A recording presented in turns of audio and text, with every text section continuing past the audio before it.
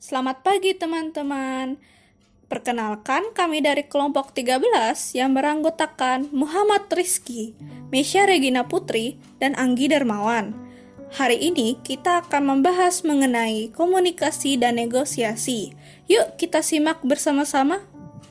Inti pembahasan dari makalah kami hari ini adalah: yang pertama, pentingnya komunikasi efektif; kedua, komunikasi antar pribadi; ketiga, memperbaiki proses komunikasi; keempat, komunikasi dalam organisasi; kelima, komunikasi oleh organisasi; keenam, negosiasi; dan yang terakhir adalah stabilitas hasil negosiasi. Pengertian komunikasi.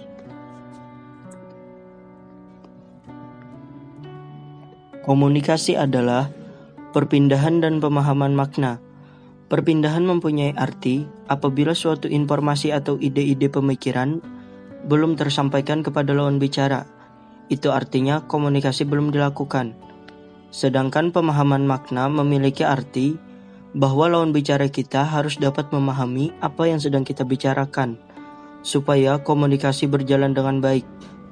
Itulah pengertian dari komunikasi. Ada dua jenis komunikasi yang penting bagi seorang manajer. Di antaranya, komunikasi mencakup tentang antar pribadi, yang berarti komunikasi yang dilakukan oleh dua orang atau lebih. Kemudian komunikasi organisasi, berarti komunikasi yang dilakukan oleh semua sistem komunikasi atau seluruh anggota dalam sebuah organisasi. Yang kedua, fungsi komunikasi. Komunikasi memiliki 3 fungsi yang sangat penting. Yang pertama, fungsi kendali. Komunikasi bertindak untuk mengendalikan perilaku karyawan dalam sebuah perusahaan. Yang kedua, fungsi motivasi. Komunikasi berfungsi untuk memotivasi karyawan agar lebih giat dan serius dalam melakukan pekerjaannya. Yang ketiga, fungsi emosional dan informasi. Contohnya, ketika seorang pimpinan utama perusahaan memerintahkan kepada para karyawannya untuk melaporkan keluh kesah mereka selama bekerja di perusahaan tersebut, agar pimpinan itu mengetahui apa saja yang menjadi tantangan atau rintangan bagi para karyawannya dalam melakukan pekerjaan di perusahaan tersebut. Hal itu menggambarkan bahwa komunikasi berfungsi sebagai media penyalur emosional dan penyampai informasi. Pentingnya komunikasi berjalan efektif.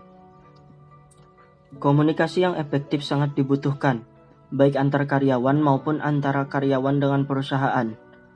Komunikasi karyawan menjadi kunci berjalannya perusahaan untuk menghasilkan produk yang baik. Komunikasi karyawan harus efektif. Artinya, kedua belah pihak yang berkomunikasi harus mempunyai makna yang sama tentang pesan yang disampaikan, sehingga proses pertukaran pesan menghasilkan input yang jelas. Bagi perusahaan, komunikasi karyawan harus diperhatikan, dan hak itu sudah menjadi tugas seorang manajer yang memiliki tanggung jawab untuk mewujudkannya. Karena dengan terjalinnya komunikasi karyawan yang baik adalah jalan untuk membuat perusahaan bisa berkembang dengan pesat. Secara umum, ada 3 tujuan komunikasi bisnis, yaitu memberi informasi atau informing, kedua persuasi atau persuading, dan melakukan kolaborasi, collaborating dengan audiens. Yang pertama, memberi informasi. Memberikan informasi seputar dunia bisnis terhadap pihak lain. Contoh, jika seorang pimpinan perusahaan ingin memperoleh pegawai yang diharapkan, maka ia akan memasang iklan melalui media seperti koran, sosial media, baliho, brosur, dan lain sebagainya. Yang kedua, memberi persuasi. Persuasi diberikan kepada pihak lain agar apa yang disampaikan bisa dipahami dengan benar. Hal seperti ini sering dilakukan terutama pada hubungan akan penegasan konfirmasi pesanan pelanggan, dengan tujuan supaya kedua belah pihak mendapatkan tidak ada yang dirugikan dan mendapatkan manfaatnya. Yang ketiga, melakukan kolaborasi. Bekerja sama dengan pihak lain atau yang biasa disebut dengan kolaborasi ini memudahkan seseorang dalam melakukan kerjasama bisnis. Seiring dengan pesatnya kemajuan teknologi komunikasi, seseorang bisa menggunakan berbagai macam media telekomunikasi seperti telepon seluler, media sosial, dan lain-lain. Teknologi komunikasi sangatlah penting untuk mempererat dalam kerjasama bisnis. Unsur-unsur dalam komunikasi. Unsur-unsur dalam komunikasi terbagi menjadi 5. Yang pertama, komunikator, yaitu adalah orang yang bertindak sebagai penyampai pesan. Pesan yang disampaikan kepada lawan bicara disebut dengan istilah komunikan. Kedua, komunikan, yaitu adalah penerima pesan yang disampaikan oleh komunikator. Tanpa komunikan, komunikasi tidak dapat dilangsungkan. Ketiga, media komunikasi adalah sarana bagi komunikator untuk menyampaikan pesannya kepada komunikan, seperti melalui smartphone, surat, dan lain sebagainya. Keempat, pesan adalah informasi yang disampaikan oleh komunikator kepada komunikan. Tanpa adanya pesan, komunikasi tidak mungkin berlangsung. Kelima, feedback atau umpan balik adalah reaksi atau balasan dari komunikan kepada komunikator, sehingga komunikasi dapat berlangsung dua arah. Komunikasi antar pribadi. Komunikasi antar pribadi merupakan komunikasi yang efektif untuk merubah sikap, pendapat, atau perilaku seorang. Komunikator akan mengetahui tanggapan atau respon dari lawan bicara pada saat itu juga dan mengetahui apakah pesan itu diterima secara negatif ataupun positif. Komunikasi antar pribadi lebih bersifat terbuka sehingga dapat merasakan apa yang dirasakan oleh orang lain untuk memberikan dukungan rasa positif serta adanya rasa saling menghargai di antara kedua belah pihak. Komunikasi antar pribadi memiliki beberapa tujuan, di antaranya pertama, mengungkapkan perhatian kepada orang lain. Kedua, menemukan diri sendiri. Ketiga, menemukan dunia luar. Keempat, membangun dan memelihara hubungan yang harmonis. Kelima, mempengaruhi sikap dan tingkah laku. Keenam, mencari kesenangan atau sekadar menghabiskan waktu. Ketujuh, menghilangkan kerugian akibat salah komunikasi. Keenam, memberikan bantuan atau konseling. Komunikasi antar pribadi terbagi menjadi dua, yaitu komunikasi verbal adalah komunikasi yang dilakukan dengan menggunakan bahasa-bahasa yang dapat dimengerti oleh semua orang dan dapat didengar dengan menggunakan panca indera serta menggunakan suara. Kedua, komunikasi nonverbal, yaitu komunikasi yang disampaikan tanpa perlunya kata-kata. Di antara segala bentuk dari komunikasi nonverbal, jenis yang paling terkenal adalah bahasa tubuh dan intonasi verbal. Bahasa tubuh mengacu pada gerak tubuh, ekspresi wajah, dan gerakan tubuh lainnya yang menyampaikan makna. Sedangkan intonasi verbal adalah penekanan yang diberikan seseorang terhadap kata-kata atau ungkapan dalam rangka mengekspresikan makna. Aspek-aspek komunikasi organisasi. Yang pertama, peristiwa komunikasi berkaitan dengan seberapa jauh informasi diciptakan, ditampilkan, dan disebarkan ke seluruh bagian dalam organisasi. Yang kedua, iklim komunikasi organisasi. Presiden Paulus mengatakan, iklim komunikasi organisasi terdiri dari persepsi-persepsi atas unsur-unsur organisasi dan pengaruh unsur-unsur tersebut terhadap komunikasi. Pengaruh ini didefinisikan, disepakati, dikembangkan, dan dikokohkan secara berkesinambungan melalui interaksi dengan anggota organisasi lainnya.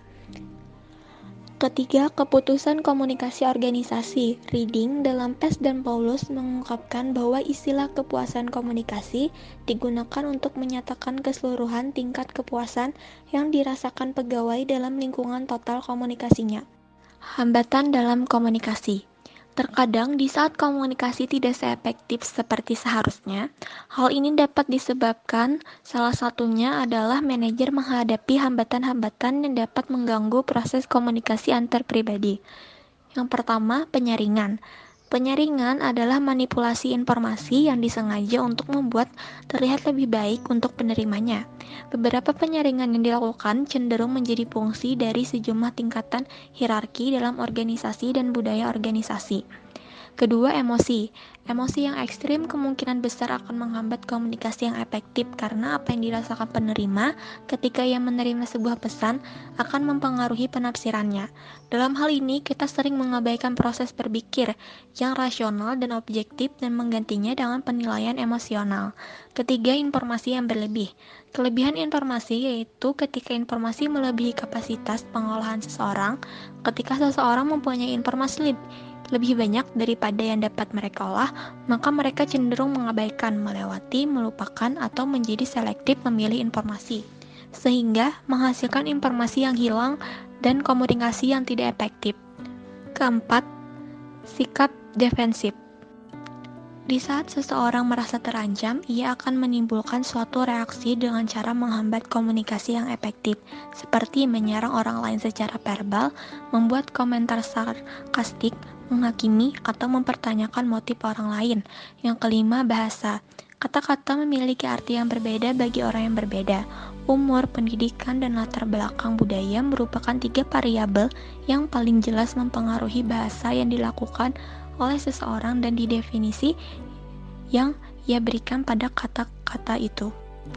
Di saat seseorang merasa terancam, ia akan menimbulkan suatu reaksi dengan cara menghambat komunikasi yang efektif, seperti menyerang orang lain secara verbal, membuat komentar sarkastik, menghakimi, atau mempertanyakan motif orang lain. Yang kelima, bahasa. Kata-kata memiliki arti yang berbeda bagi orang yang berbeda. Umur, pendidikan, dan latar belakang budaya merupakan 3 variabel yang paling jelas mempengaruhi bahasa yang dilakukan oleh seseorang dan didefinisi yang ia berikan pada kata-kata itu. Negosiasi. Dalam melakukan komunikasi, pasti ada membahas suatu permasalahan di dalamnya. Ketika ada 2 orang yang sedang berselisih dan mempunyai tujuan atau kepentingan yang berbeda, maka kedua orang tersebut akan melakukan komunikasi untuk menggapai impian mereka masing-masing. Komunikasi yang dilakukan itulah yang dinamakan dengan negosiasi. Negosiasi adalah bentuk interaksi sosial saat pihak-pihak yang terlibat berusaha untuk saling menyelesaikan tujuan yang berbeda dan bertentangan. Negosiasi adalah salah satu bentuk komunikasi yang tidak bisa dipisahkan dari kehidupan seseorang. Tujuan negosiasi. Yang pertama, untuk mencapai suatu kesepakatan yang dianggap menguntungkan semua pihak. Yang kedua, untuk menyelesaikan suatu masalah dan menemukan solusi dari masalah yang tengah dihadapi pihak-pihak yang bernegosiasi. Yang ketiga, untuk mencapai suatu kondisi yang saling menguntungkan bagi pihak-pihak yang bernegosiasi, di mana semuanya mendapatkan manfaat atau win-win solution. Manfaat negosiasi. Yang pertama, terciptanya suatu jalinan kerjasama antara satu pihak dengan pihak lainnya untuk mencapai tujuan masing-masing. Yang kedua, adanya saling pengertian antara masing-masing pihak yang bernegosiasi mengenai kesepakatan yang akan diambil dan dampaknya bagi semua pihak. Yang ketiga, negosiasi bermanfaat bagi terciptanya suatu kesepakatan bersama yang saling menguntungkan bagi semua pihak yang bernegosiasi. Keempat, terciptanya suatu interaksi yang positif antara pihak-pihak yang bernegosiasi sehingga jalinan kerjasama akan menghasilkan dampak yang lebih luas bagi banyak orang. Tahapan dalam negosiasi. Tahap pertama, persiapan dan perencanaan. Proses mengumpulkan data sangat diperlukan agar dapat mendukung posisi kita. Menyampaikan argumen dalam proses mendukung posisi kita harus dilakukan dengan bijaksana. Tahap kedua, menentukan aturan. Dalam tahap ini, kita harus dapat menentukan garis besar dan aturan-aturan untuk melakukan proses negosiasi. Siapa yang akan menjadi bagian dari negosiasi, dan masalah apa yang akan kita negosiasikan. Yang tahap ketiga, penjelasan. Pada tahap ini, masing-masing pihak harus dapat mengutarakan apa yang diinginkan. Masing-masing pihak bisa memberikan dokumentasi atau pemaparan yang jelas dan diperlukan untuk mendukung posisi masing-masing pihak. Tahap keempat, menyelesaikan masalah. Pada proses ini, kegiatan yang dilakukan adalah pencarian solusi. Kedua belah pihak diharapkan saling fokus pada masalah dan kepentingan, bukan pada orang atau posisi untuk mendapatkan titik temu. Yang kelima, penutupan dan implementasi. Pada tahap ini atau tahap terakhir dari proses negosiasi, segala sesuatu yang diputuskan bersama, hal yang perlu diperhatikan adalah dokumen yang sudah disepakati. Meneliti kembali poin-poin utama untuk menghindari salah pengertian. Uraikan dengan jelas semua ketetapan dari persetujuan. Buatlah secara tertulis, kedua pihak harus membaca dan menandatangani untuk memperoleh kesepakatan atas apa yang dirundingkan.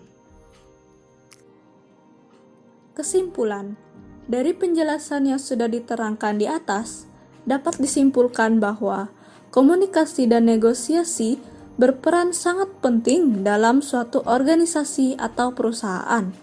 Oleh karena itu, kita, terutama seorang manajer, harus dapat mengimplementasikan komunikasi yang efektif dalam kehidupan organisasinya, sehingga negosiasi serta hubungan antar individu dalam organisasi dapat dilakukan secara baik dan benar tanpa adanya sebuah hambatan yang dapat merusak hubungan dalam organisasi tersebut. Sekian penjelasan dari kami mengenai komunikasi dan negosiasi dalam manajemen. Semoga apa yang telah kami sampaikan bermanfaat untuk Anda. Saya ucapkan terima kasih atas perhatiannya.